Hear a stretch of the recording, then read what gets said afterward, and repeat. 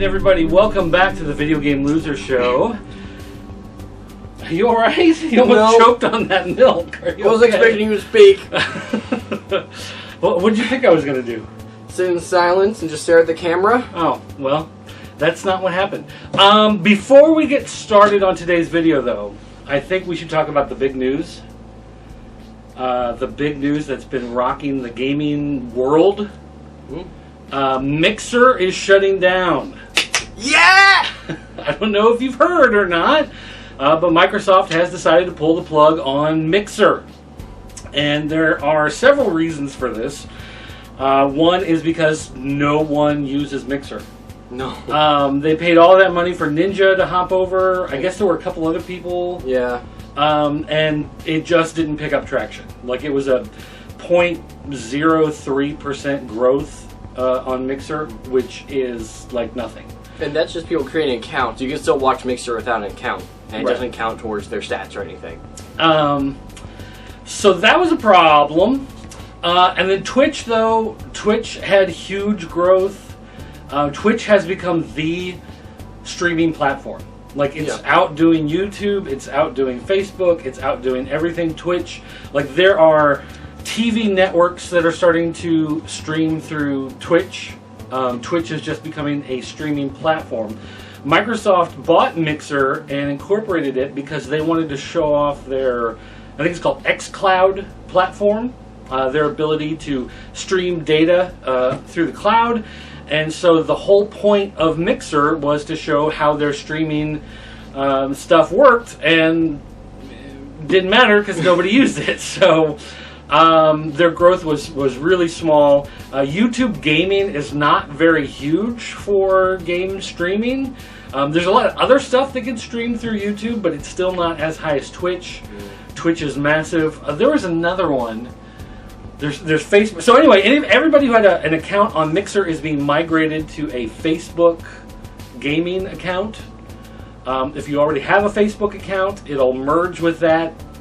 The idea is you can be on Facebook and, you know, looking at stuff, and you see an old friend, and it'll show you that your friend is playing a game, and so you click a button and you can hop in and play online with them and start streaming it to your Facebook page and whatever. But I got to tell you, Facebook streaming is not a great platform. There's a lot of stuff since, you know, the lockdown and coronavirus and everything. We've been watching more streaming stuff. And there are a lot of places that all they understand is Facebook. So they stream their stuff through Facebook. They needed to find a way to stream, so they started streaming through Facebook. And it is like the worst platform to try to use compared to anything else. Watching it through any device, a Roku, an Apple TV, Fire TV, anything, trying to navigate, find the stuff that you want. It's terrible. They have the worst system of finding recommended stuff for you to watch. It is just an awful, terrible platform, and it mixes the live streaming with the pre-recorded stuff and videos that people just randomly post on their page. It mixes. It's a mixer. It mixes.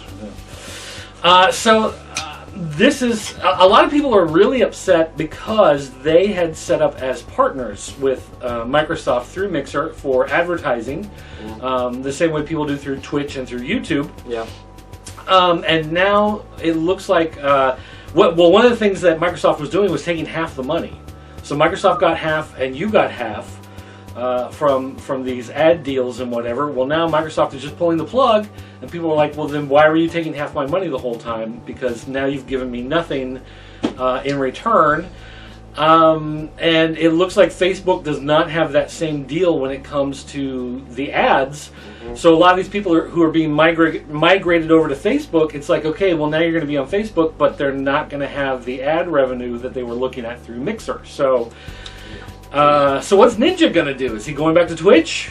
Is he going to Facebook gaming? Did you hear what they did to his Twitch account when he left? Yes. It is. Well, they didn't do that. It was abandoned.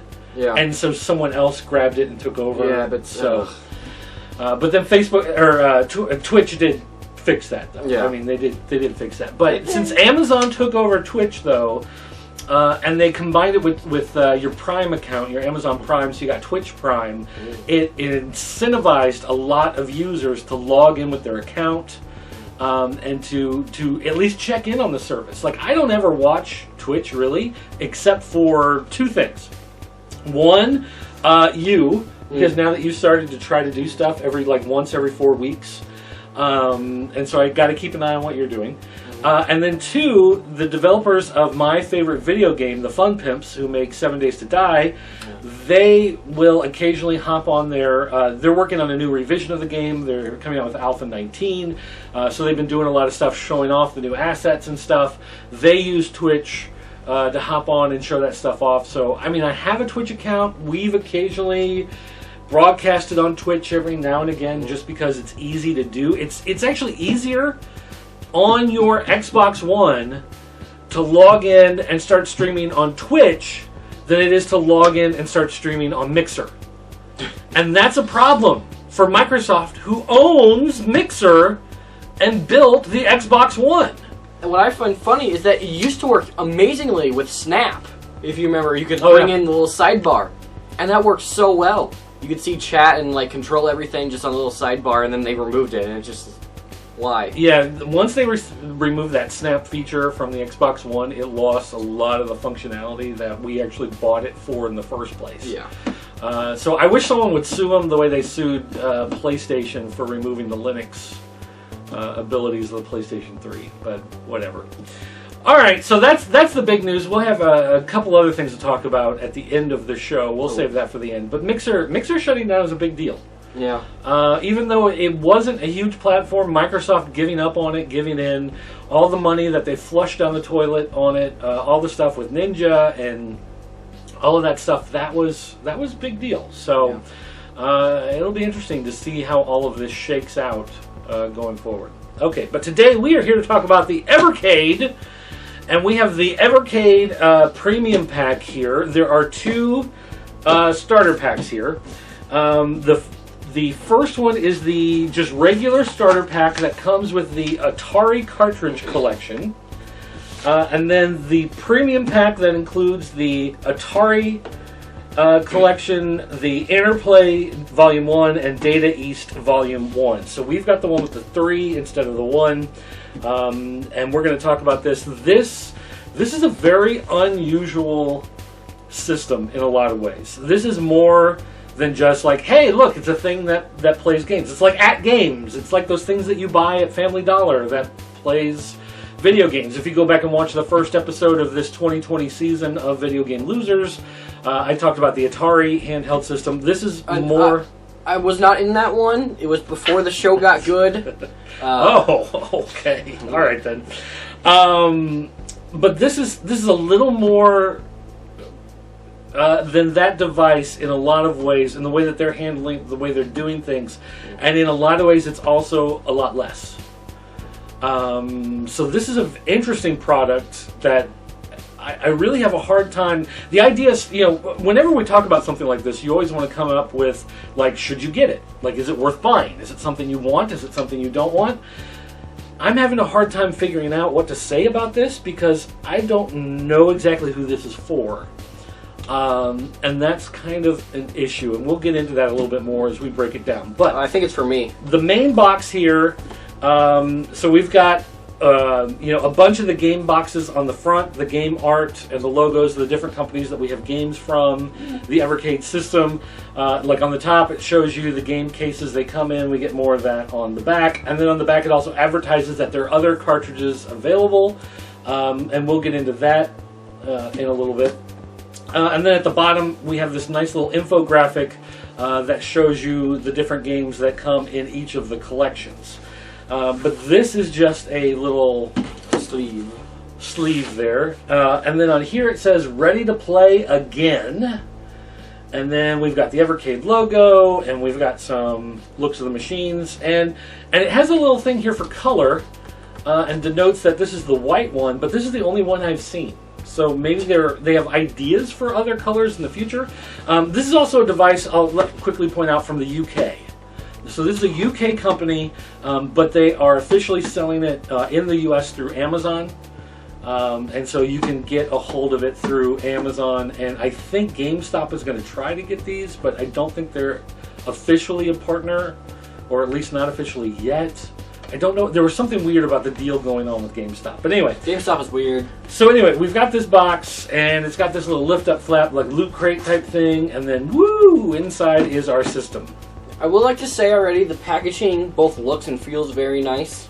Like, the box is smooth and... Yeah, it is not... Cardboard. Well, cardboard. I mean, it is cardboard. It's printed nicely. You can tell that it's a little... It's still a mass market, consumer good, but it's nicer than the stuff that you're buying for $9.99 plug and play into your TV, from Family Dollar and Walmart. The little book, we get a little booklet here that has the instructions, and it's written in like 12 different languages. So they probably have someone in here. Read it. Read this? Yeah. Avios de Sigur... I'm bored. Let's play. Nayo mejorar e consola na agua. Nayo expor e consolo e color extremo. Don't get it wet and don't put it in extreme cold. Okay. The Evercade itself comes in this nifty little plastic shell. This is its bed where it sleeps at night. Keep it safe, keep it warm. And as you can see, it has that, like Super Famicom, or not Super Famicom, but the Famicom Family Computer NES, the original Japanese version of the NES, that red and white look to it. Oh, what the Robbo from Super Smash Brothers is based off of. Okay. No, Rob was in the US. No, but one of his alternate colors and Super Smash Brothers. See. I gotcha. If there's an amiibo for it, you have it? No. Oh, do I? Yes. Oh. Huh. I have the alternate color one? You have both of them. Oh. Huh. Okay. So, one of the things that's weird, though, is that the buttons are in this diamond shape. And the thing about this is it goes A, B, X, Y. And the reason why that's weird is because a lot of the games on here are going to be Nintendo, Super Nintendo, Sega Genesis, that type stuff. Nintendo games were A, B. And for some reason, they've decided to go A, B with the buttons. So the buttons are reversed. So a lot of people were complaining when they first got their hands on this that it was really confusing because they had muscle memory, they would sit down to play, and they would hit, and the buttons were doing the wrong thing. Certain games like Double Dragon, you had one button that was a punch and one that was a kick. Well, your punch goes this way, your kick goes backwards, so the buttons were designed for the different directions, based on hitting those buttons, and now they're flipped. So if you wanted to punch this way, you would hit the button on this side. And if you wanted to kick this way, you would hit the button on this side. So it made it very confusing, so they released a firmware update. So now they have firmware 1.1a, and I have applied it on here, and what that did is it basically switched the buttons in those games. So when you play those games where the A and B buttons should be reversed, it goes ahead, recognizes that they should be reversed, and it reverses it for those games.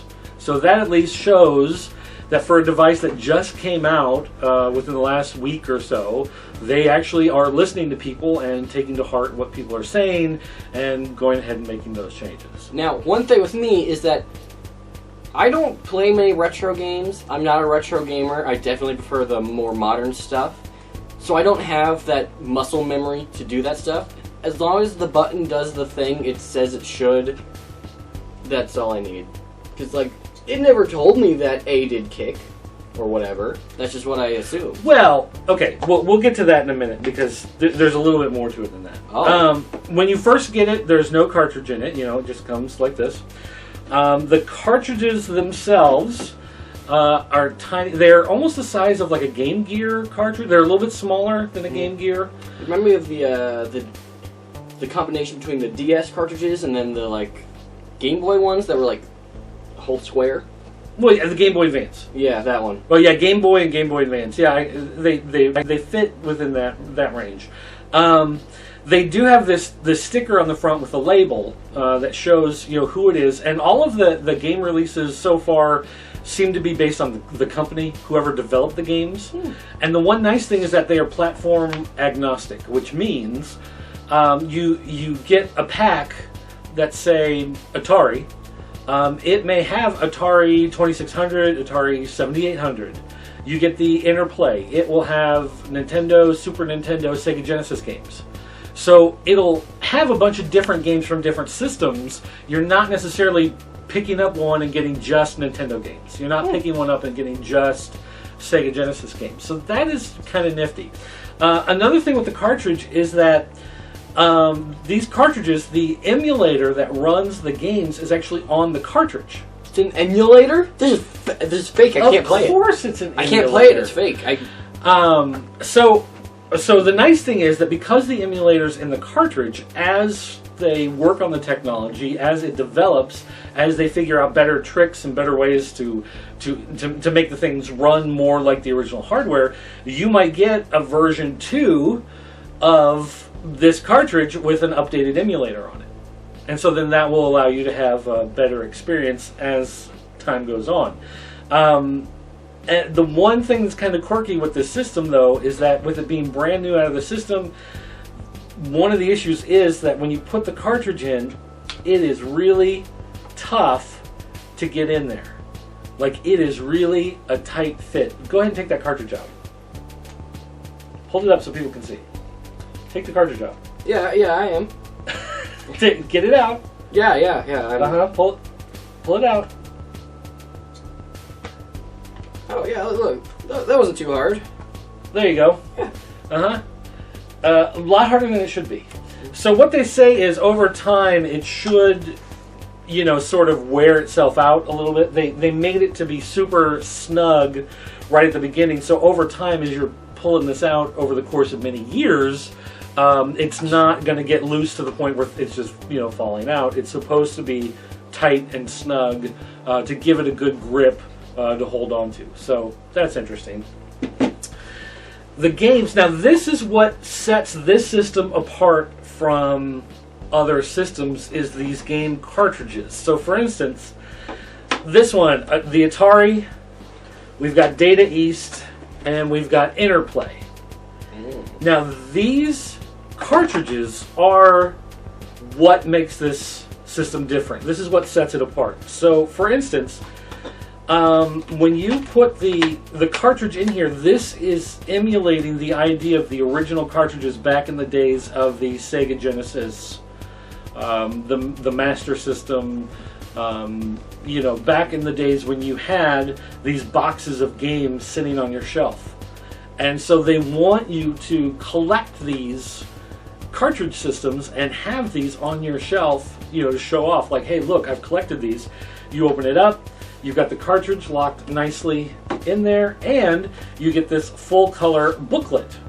And the booklet, this is the, you're talking about you didn't know what the buttons do, but if you open it up, it actually gives you some information about the game, and it shows you what the different buttons do, and so that way you know what it is you're playing. So it shows you the year it came out, who developed it, who published it, what genre of game it is. It tells you some history about the game, gives you some tips, and so it's just a nice, again, a little like collectible thing that comes with it.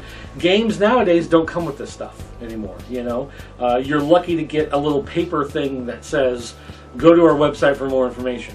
If you buy a physical game. Now the one problem, I remember when I would buy games, when you would buy me games, they would come with like full cheat codes and like a little booklet, like its own little booklet full of cheat codes with like you can put in the code to get items in the game and whatever. No, I would print those out and give them to you. No, they were in the thing when we bought. I have no idea what you're talking about. I would often. This is like DS games. I know. Often when I bought you games, I would print out some of the cheats because you were terrible at games when you were little. No. Yeah.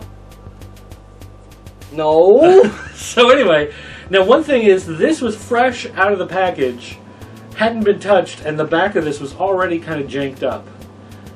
For being like this collector's item thing, it's like, for me personally, no big deal, whatever. But for being this collector's item thing, that's like, oh man, like really, that kind of stinks. But loser. These cartridge boxes, again, this is what sets the system apart, is having these boxes. And then on the back, it shows you all the games that come inside. So you have these neat little boxes But overall, oh, and it comes with a charger, and it runs off micro USB. It doesn't give you the brick, the power brick, but it does give you a cable so you can plug it in and recharge the battery. But this is pricey. It's expensive to the point where this is not for the casual gamer. This is not for the guy who's just like, oh, I played those games when I was a kid. I want to pick those up. This is priced too high for that person. But at the same time, almost all the games that are included here you can get in other collections, on other systems, other platforms. You've probably already bought them on the Xbox Arcade or on the Nintendo Switch. You probably already have them on a flashback console or, whatever. So they're not giving you like the arcade ROMs on any of these. All of these are Nintendo, Super Nintendo, Sega Genesis. I think there might be a couple that are like TurboGrafx, whatever. So you're not getting like the full arcade experience. You're getting those home console conversions that you probably already have. So again, I'm not sure exactly who this is for, because at the price that it's priced at, it puts it too high for the casual purchase, but it's with games that are already in your collection probably several times. Now, what do I mean by too much of a price? Okay, too high of a price. If you buy the regular starter pack that includes this Evercade and this Atari collection, how much would you pay? $150 maybe? Wait, is that... You don't save up your own money. You have no idea the concept really of money, though, because you don't buy these things. Maybe $70. Okay, $80. Stop looking at this paper. Stop looking at the paper. Okay. All right, so this is $79.99. So it's $80. So it's $80 for this system and this pack of Atari games. Now, a lot of these are the same games that you get on the handheld flashback console, and the handheld flashback console, again, some people will argue about the emulation isn't the greatest and things like that, but on a system like that, it also comes with an SD card reader where you can put ROMs on an SD card, plug it into the system, and then you can play whatever games weren't included on the system. This, you have to buy the cartridge in order to get the games. So if the games aren't on the cartridge that you want to play, you can't play them. How long until you think someone makes a bootleg cartridge? Well, that's one of the things I was wondering, is how long until someone makes a flash. But again, the emulator has to be on the cartridge. Yeah. So you have to be able to find a way not only to get your ROMs, but you have to be able to find an emulator that will work with this hardware. Oh, true. And that's going to be the tricky thing, is because I don't know what sort of encryption there might be on this hardware. It might be a while before this gets hacked. I don't know. Okay, but let's say, okay, so this is 80. Okay, you hold those. Yeah. This is 80. If you want to buy the pack that has the Interplay Volume 1, the Data East Volume 1, and the Atari Volume 1, along with the system, it is $99.99. It is $100. 100 smackaroonies. So again, it's $100 to buy the system and the 3 packs of games. This one has 20 or 20 classic Atari games from the 2600 and the 7800. I don't think there's any 5200 on there. I think it's all those two. This has 10 games from Data East, and a lot of these are things like Burger Time and Bad Dudes, Karate Champ. These are the same ones that are on the these mini arcade systems. But you can't see. Oh, yeah, I zoomed in, so you can't see him sitting up there. Well, here, like, I've got one. I've got, like, this little guy here, this tabletop, Pac-Man. These type of machines, these machines that you find at Walmart and Target and Cracker Barrel and things like that, these arcade machines, those type games, they're the same ones on here. This one, it's Interplay, so that's one you don't see very often, but you only get 6. You get 6 games. Clay Fighter, Earthworm Jim, Battle Chess, Booger Man, this one, Incantation, which I had never heard of, and Titan. And those two may be UK more familiar games to the UK. I feel like retro gaming has gotten to the point where it's like they want people to play the retro games, but they've given us so many retro games to play that's the same games, if that makes sense. Yeah, it's the same game over and over? Yeah. Yeah. It's like, yeah, you know, I'll play Pac-Man, but I don't want 5, 6, 7, 8, 9, 10 different machines that can play Pac-Man. Well, and the problem is it's the same ones over and over. So, for instance... I recognize Burger Time, because that's on everything. Right, well, and I like Burger Time. Burger Time is one of my favorite games. And so it's like, you know, great, there's a version of Burger Time on here. But it's not the arcade version.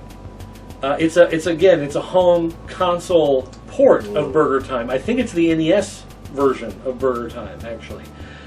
So you're not getting at least the arcade one to play, which to me, that would be like, that's the one you would get. Yeah. Put the arcade one on here and put the arcade one in your hand, and you don't get that. So these cartridges, we have those there, plus there's an Atari Collection 2, Atari Lynx Collection 1 and 2, collecting games off of the Atari Lynx platform. So those two are hardware specific, but that is also... The Lynx is a weird platform for you to get games for, just because it wasn't very successful. It's hard to find the games, things like that. So that one could be worth it. We have the Interplay Collection Volume 2 to go with the Volume 1 that we have here.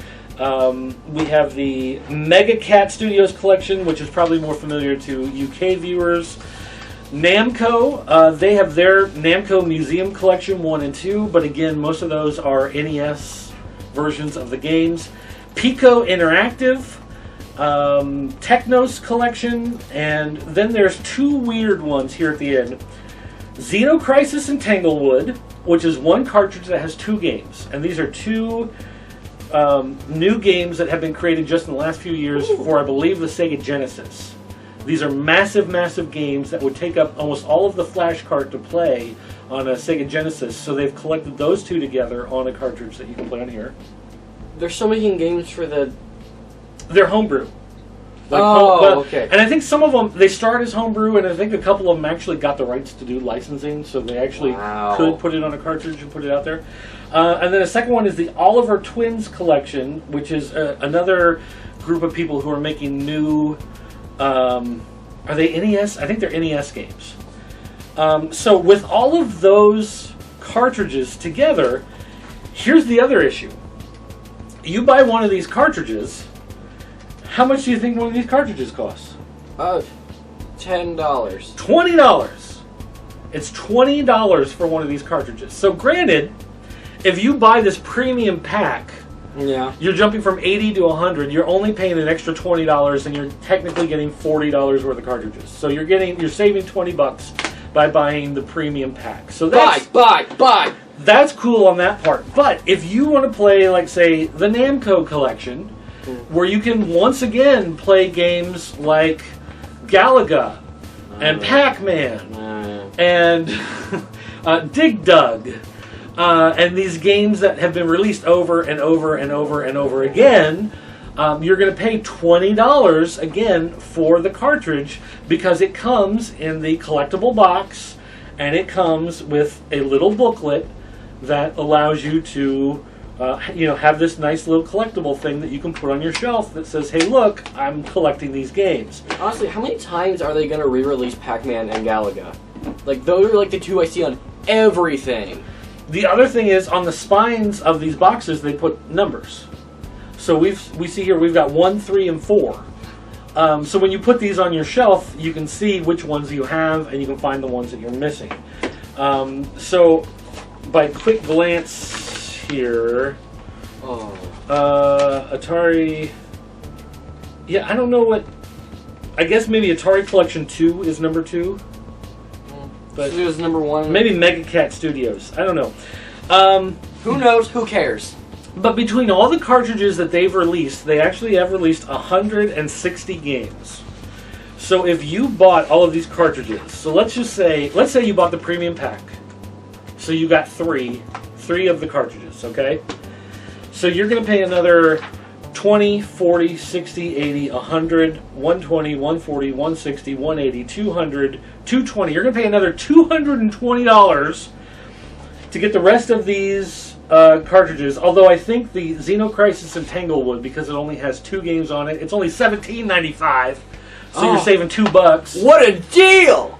But the one nice thing I will grant them is that on their website they actually have a chart that lists all the games, and so if there's a game you want to play, you can look at it, and it'll tell you which cartridge to buy in order to play it. So for instance, let's say you want to play Centipede, okay? So you go, I want to play Centipede. Centipede on the 2600 is on the Atari Collection 1. So you can put this in and you can play Centipede on the Atari 2600. But if you want to play Centipede on the 7800, which is the better home version of Centipede on the Atari hardware, still not as good as the one in the arcade. But if you want that one, you have to buy Atari Collection 2. So if you want to pay another $20 to buy Atari Collection 2 to get the better version of Centipede, you can do that if you so desire. Do they have Fortnite on there? They do not. They do have Clay Fighter 1 and 2. They have Chips Challenge. That's on the Atari Lynx Collection 2. Just some of the games, like Crystal Castles. Crystal Castles is a great arcade game, but they put the Atari Collection, Atari 2600 version on there, which is terrible. It's a terrible version of the game. So what you're saying is they picked the wrong versions of the game? Yeah, a lot of these they did. A lot. Well, again, they should have gone with the arcade versions, considering what they're charging people to get these, and considering how many times these have already been released. Because I can play that on the At Games handheld. I can play that on a bunch of the flashback consoles from Walmart and Family Dollar. You plug into your TV. They already have the regular version of Centipede on there. Karate Champ on the Data East collection. I've got Karate Champ. Whoa. I've got Karate Champ on one of my, mini arcades up there, so I can just grab that machine, pull it down, and play that whenever I want to. So I don't necessarily need this. Pac-Man on the Namco collection. Again, that's the NES version of the game, not the arcade version. And I can count four Pac-Man machines just sitting here, including Ms. Pac-Man. Oh, I was going to say, including Ms. Pac-Man, sure. Well, actually 5, because the tabletop. Yeah, I was looking at that too. 1, 2, 3, 4, 5. Oh, that is Pac-Man. Oh, Pac-Man and Galaga. Okay. Yeah, Pac-Man and Galaga. The two big splitting names. An arcade machine. So that's one of the problems with this, is the way that they've done that. So okay, but one of the questions is, of course, how does it play? How well do these emulators work, and how good does it look when you play it? So what we're going to do here, you played like 2 minutes on one game, on Clay Fighter. Earlier. Yeah, I'm not good at fighting games. I want you to pick one of these cartridges. Which one is the Nintendo games? Which Nintendo games? The Donkey Kong. No, Donkey Kong's not on here.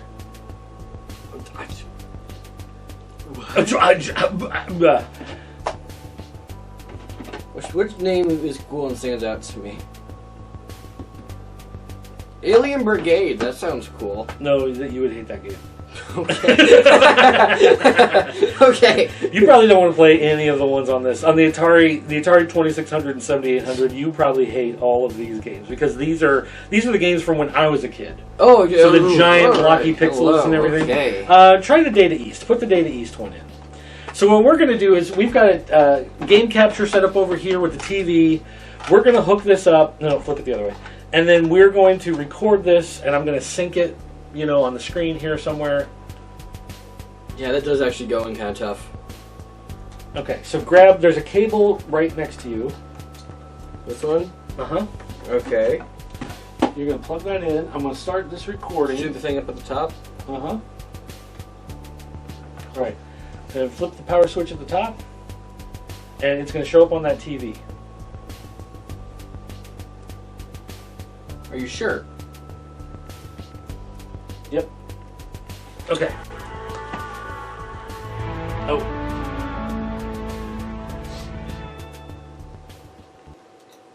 It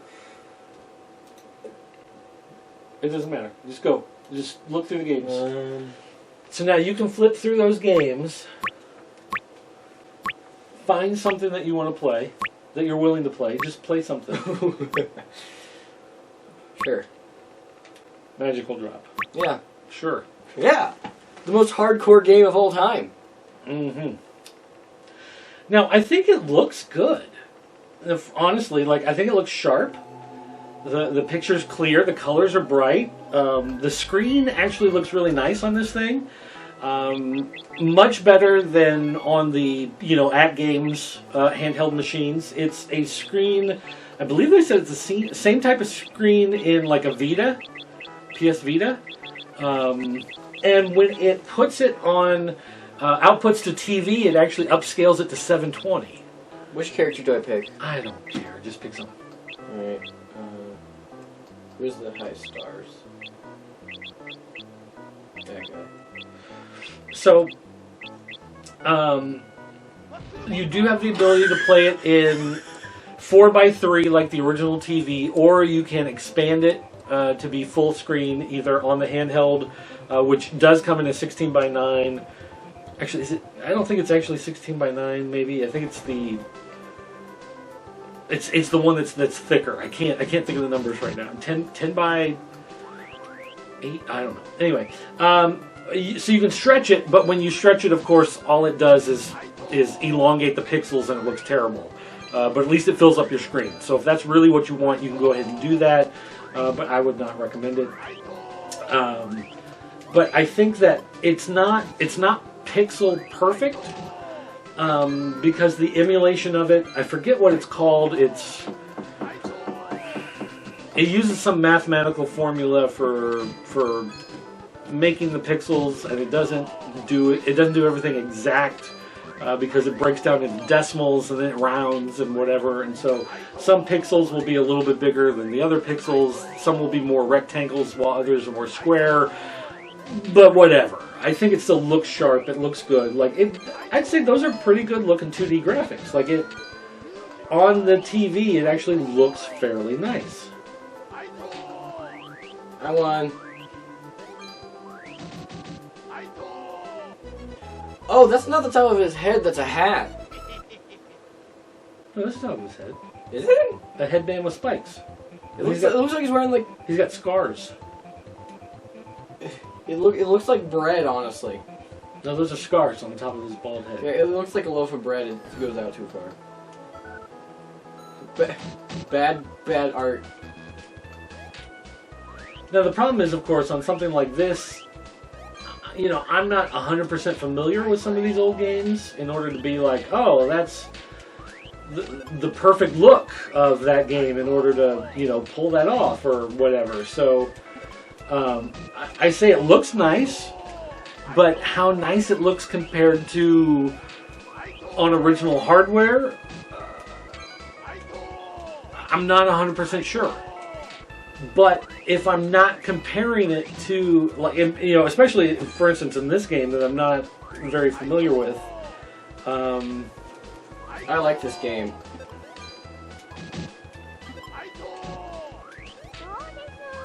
Magical Drop 2? No, it's just a magical. I don't know. It is Magical Drop 2. I don't know.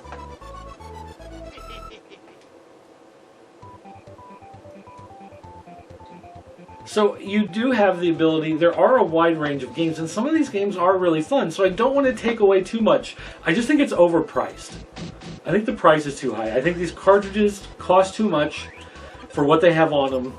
The fact that you can't expand the games on your own, I understand why they do it. The idea of the system is to have these collectible cartridges, but at the same time, $20 for some of these, that 6 games, 10 games, that's a lot. $20 is a lot compared to buying these games on the Switch or Xbox Marketplace, or going out and buying, one of the Namco museum collection discs or something, and getting those games. Plus, something like the Atari 2600, you can get the entire library of the Atari 2600 on a 2 gigabyte SD card. You don't need a lot of space for those ROMs. So it's nice to have the collectible booklet. It's nice to have the information. It's fun to read through them. And, you know, I will say, one of the things on these, you know, I do love getting these types of things. And, of course, one of the first things, like with That New Toy Smells, you give it a sniff. Every time I get something new that's like a new comic book, new, you know, collectible type thing like this, you always give it that ink and that plastic coated paper. It is nice. It is nice to have that available. But still, I just think it's really overpriced for what it offers. Alright, why don't you play something else? Well, but I'm having fun. It's not about you having fun. But I won! Alright, hit the menu button. Alright, go to Quick Game. Oh, you know how to do that? Oh. Nah, see, A and B buttons are in the wrong spot. See, your muscle automatically went for the other spot. No, I hit B. I know, that's what I'm saying. Yeah, because B was negative. Right, but your muscle automatically wants to hit that one because of Nintendo controllers. Yeah, because your muscle wants, because your muscle actually wants to hit that spot. No, don't do that one.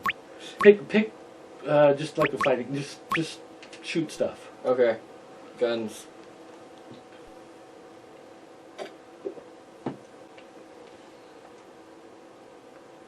$1990. How old were you in 1990? Walking to the floor.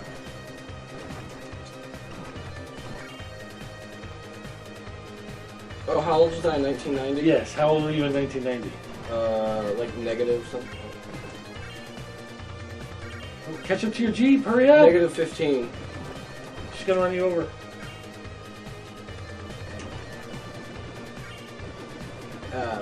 Do I have infinite ammo? Yes. But not infinite life.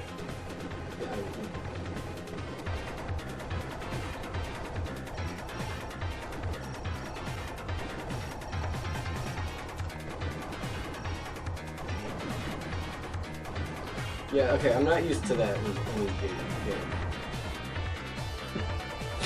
I like how you drop dead mid-air and then fell to the ground. Mm-hmm. What else would you do? Oh. Game end. Now, this was an arcade game that they made a home version of, and so that's why it has that. Shotgun.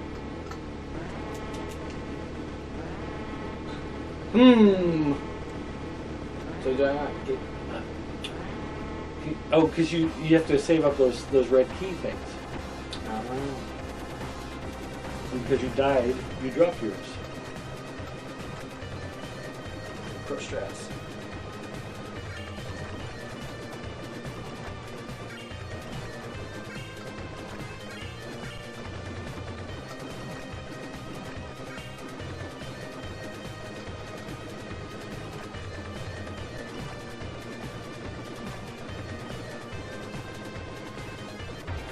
Thrilling gameplay. Now, for instance, this game in particular is one that maybe you don't see as often.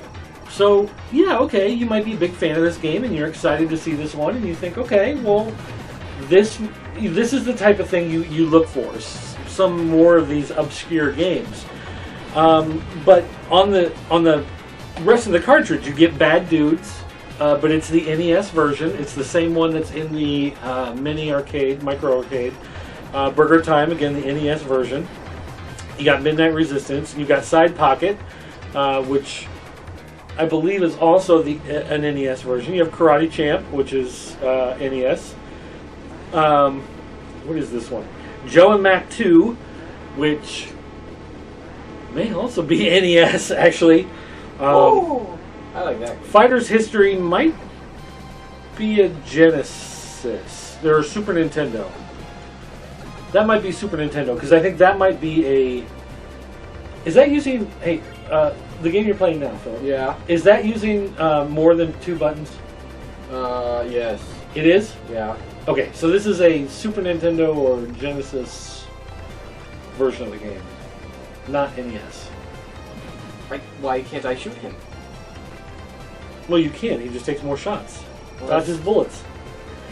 You got the Two Crude Dudes, which is the sequel to Bad Dudes. You got Magical Drop 2, which we just looked at, and then you got Burnin' Rubber. So, again, some of those, maybe new to you, but that's $2 a game in this particular case. In the Atari version, it's $1 a game, $2 a game. The Interplay game, Clay Fighter, Earthworm Jim, Battle Chest, Boogerman, Incantation, and Titan, you're only getting 6 games. So that's a little over, $3 and 20... No, I don't know. Math. $3 of math per game, which is pricey for some of these. Again, Oh, that's lag. I just don't know that this is... Yeah. Now, the lag you're getting there, if I remember correctly, though, that lag is also on the original hardware. Well, yeah, because the things are moving. Now that it's despawned, you're good. Oh. So that's... How was I supposed to know that the truck was going to hit me through the floor? Well, you stood up. Your head was in the way.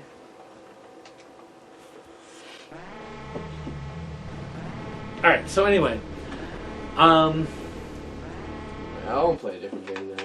Yeah. This game's bad. Here, why don't you try Boogerman? We don't have Boogerman. It's on here. Oh, okay. Alright, you want to help me yank this out? So there you go. Pull out that cartridge. Hey, actually, that one came out pretty well. Well, you're getting the hang of it. Now you know how much resistance there is. You know it takes some work. No, I was just doing the exact same thing I did before. Oh, were you? Yeah. Oh, were you? Yeah. Oh, were you? Yeah. Oh, were you? Yeah.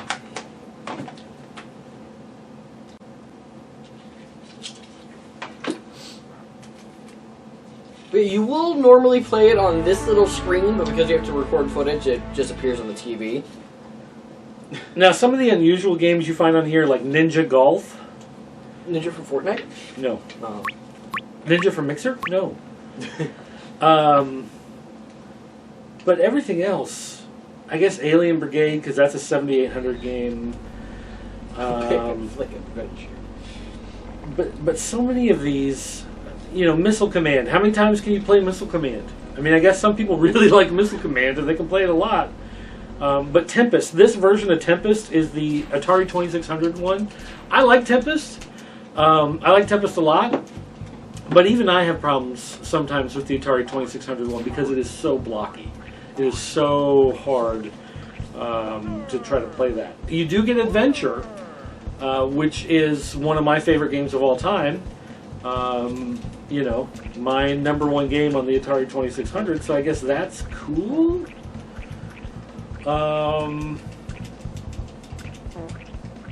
And I think they use the same game over clip art in their booklet here that we use in our intro for Video Game Losers. So that's interesting. I don't remember what game that is. I'll have to look that up. Oh! Now, if they maybe had a deal where, if you bought some set of cartridges, and so you got a price break, I could maybe see something like that, where maybe if you bought 3 of them, it was $30, so it was $10 a cartridge, but you had to buy the 3 of them. I could see that maybe being a thing.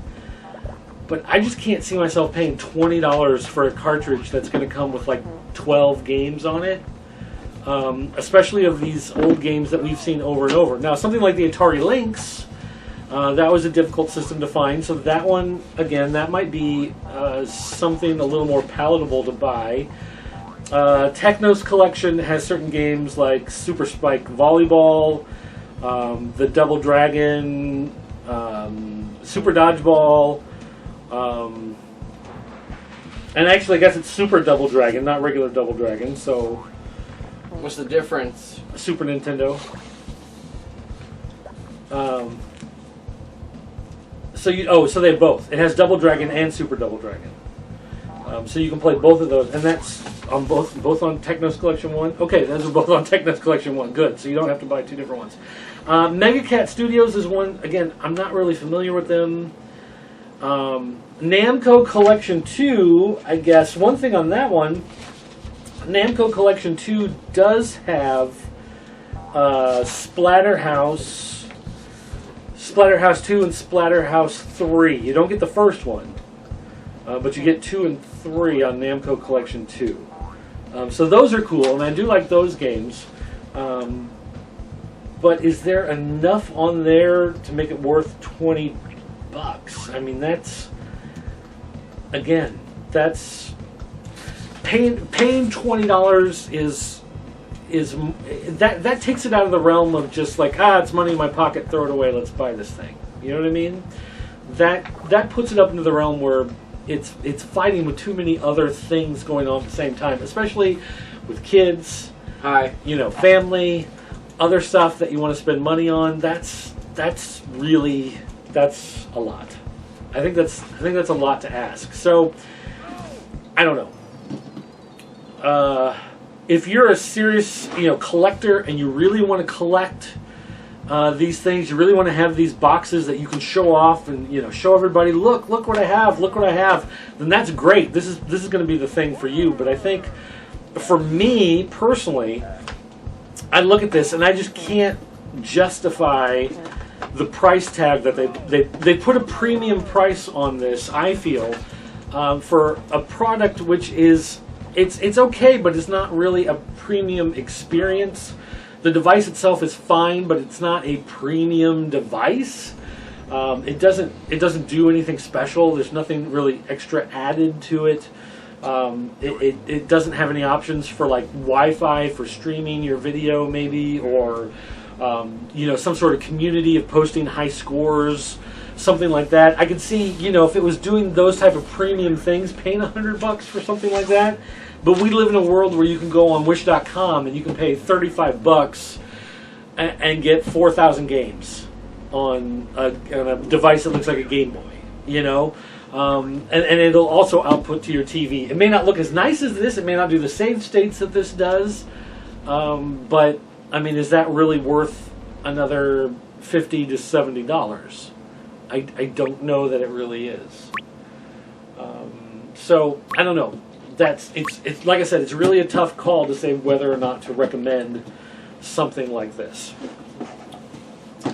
All right, so you keep playing that. I'm going to do some of this other news. What's the difference between mono and stereo? Sound. Put it on stereo. All right, so some of the other news from this week we'll go through here. Strictly Limited. I've talked before about Strictly Limited, which is the UK version of basically limited run games. So you have limited run games in the US, and in the UK they have Strictly Limited. Strictly Limited is doing a Space Invaders Invincible Collection. The most complete Space Invaders collection on cartridge coming to Nintendo Switch.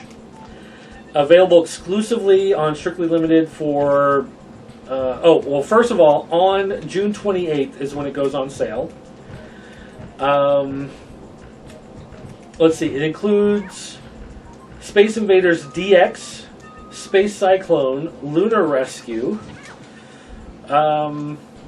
console port of Arkanoid versus Space Invaders, which was only available before in Japan. Oh! You get the black and white version of the original 1978 Space Invaders, the color version, Space Invaders Part 2, Majestic 12, Space Invaders Part 4. I don't know what happened to Part 3. Super Space Invaders 91, Space Invaders Extreme from 2018, Space Invaders Gigamax 4 Special Edition, Space Invaders DX, Space Cyclone and Lunar Rescue, Arkanoid vs. Space Invaders 2017 for the first time ever available on console. It's a crossover of Arkanoid and Space Invaders, features gameplay elements from both games, celebrating 40 years of Space Invaders. So Taito and Square Enix, for the 40th anniversary, created an event called Play Space Invaders, create a huge version called Space Invaders Gigamax with a 7-meter high by 15-meter wide screen. And so they basically ported a version of that to the game as well. It's all 11 of those games for €59.99. So what is that? 68.99 US dollars, something like that. But the Nintendo Switch Collector's Edition contains soundtrack, arcade book, sticker sheet, 4 instruction cards, 6 flyers, pen, 4 acrylic art cards, an arcade PCB box, and a collector's box with a magnetic latch. And that one will cost you €99.99. Then there's an Ultra Edition. Features everything in the Collector's Edition, plus the Ultimate Space Invaders board game, and more special items. It doesn't tell you what they are, and it is €149.99. But again, if you order that online, it'll do the conversion for you when you go to checkout. Whatever your money is in the part of the world where you live, it'll charge you the correct amount. Next up, we've got Ultra Core, new game that just came out yesterday, Tuesday, on PS4 and Switch, and a version is actually coming out for the Vita. So the Vita is not completely dead. This will be coming out. Wait, really? Yeah. Let's see. It's going to be US dollars, $22.99, which is €19.99 or £17.99. The digital release for the PS Vita soon. It's developed by the Swedish game developer Digital Illusions, also known as DICE, who worked on the Battlefield. Was it the Battlefield?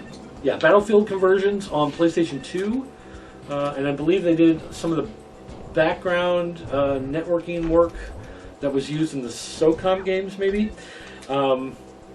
Ultra Core was a title never released in the 90s, but now in collaboration with expertise from the original team, Ultra Core has been morphed on the Nintendo Switch, PlayStation 4. It's a platform run-and-gun game.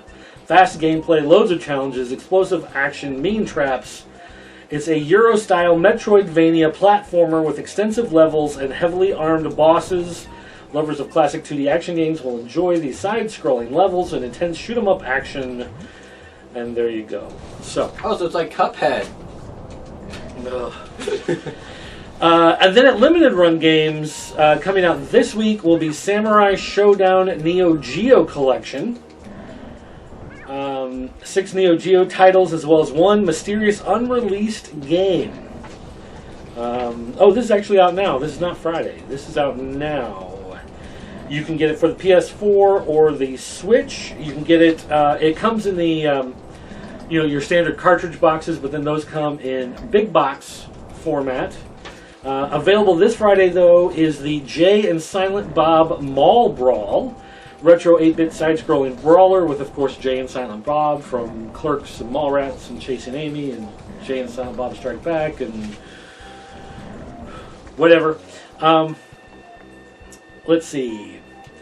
Nintendo Switch in a standard and classic edition coming out. The classic edition, Jay and Silent Bob Mall Brawl for the Nintendo Switch, a retro cartridge sleeve to fit your game case, 18 by 24 inch poster, an original game soundtrack for $54.99. Oof, it's a bit high.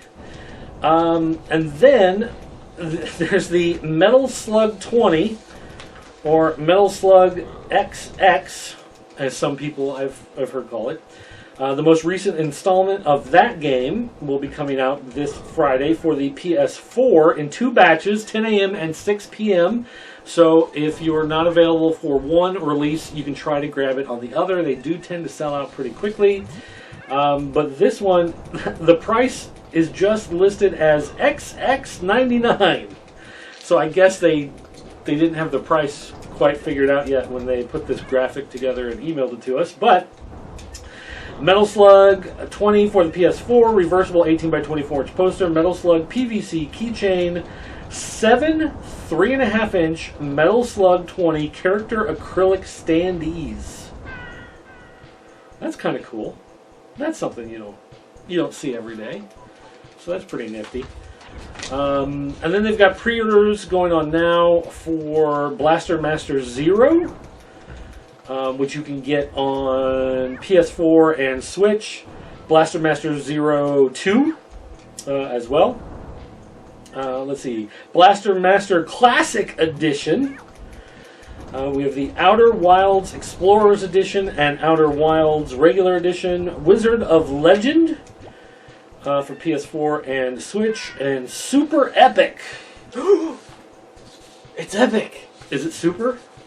It sure is. This one you might want to play. Nurse Love Obsession on the Switch. It's only rated T for teen. I'd rather just die. Arc of Alchemist, Fairy Fencer F, Advent Dark Force, Thea the Awakening, Mercenaries Wings, Away, Journey to the Unexpected, Streets of Red, Collector's Edition, all of those on Switch and PS4, and the Limited Run Games June 2020 monthly t-shirt, all available this Friday at Limited Run Games. Okay, so a little bit of a hiccup there, a little bit of a glitch, but I think we got it figured out. So you've been sitting here playing this whole time. What do you think about that? It's fun, definitely controls well. I like the sounds the buttons make. They're clicky? Very clicky. What about the gamepad? Does that feel good? The gamepad does feel very good. It definitely would be better if it wasn't a full circle. If it just kind of cut off just a little bit of the edges. I think they do that so it's easier to do like up and left and up and right type stuff. I've always found it easier to just... Whatever. Well, still. Would you... But, okay, so some of those games that you played, did you enjoy some of those games you were playing? Yeah, I actually really liked the... really liked the one where you grabbed the bubbles. Magical Drop, yeah. I think it was called. Yeah, I like playing as the strong guy. But I also really liked the game that I just played with the Magic Kid.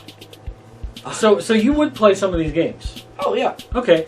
Well, I'll let you hold on to this for a couple days. All right. Play through some of these games.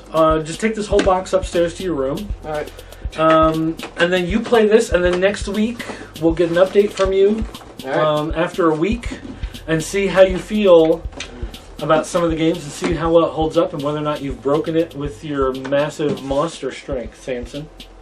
Cool. All right, guys, that's going to do it for this week. Don't forget, you can email me, dirt@popculturenetwork.com or dirt@thepopc.net. You can find him on Twitch on his channel, or you can find him here on YouTube at that channel. Both the links that we just magically saw up here on the screen. It's so cool. Don't forget to find the official Pop Culture Network group where you can vote on the greatest Masters of the Universe figure of all time. We'll be doing that show coming up. Also, watch that new toy smell from last week talking about... What was last week's episode? The Protector. Yeah. The Guardian Bandai figures. Watch that. We talk about what's going to happen with this show. When we get to 10 episodes, we're going to take a break. Take some time off, and then we'll be coming back. So if you want to get all that information, make sure you go watch that new toy smell.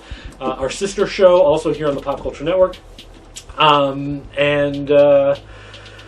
Don't forget, you can call our 24-hour voicemail line. It's area code 217-953-4025. Or if you have Skype, just look up Pop Culture Network.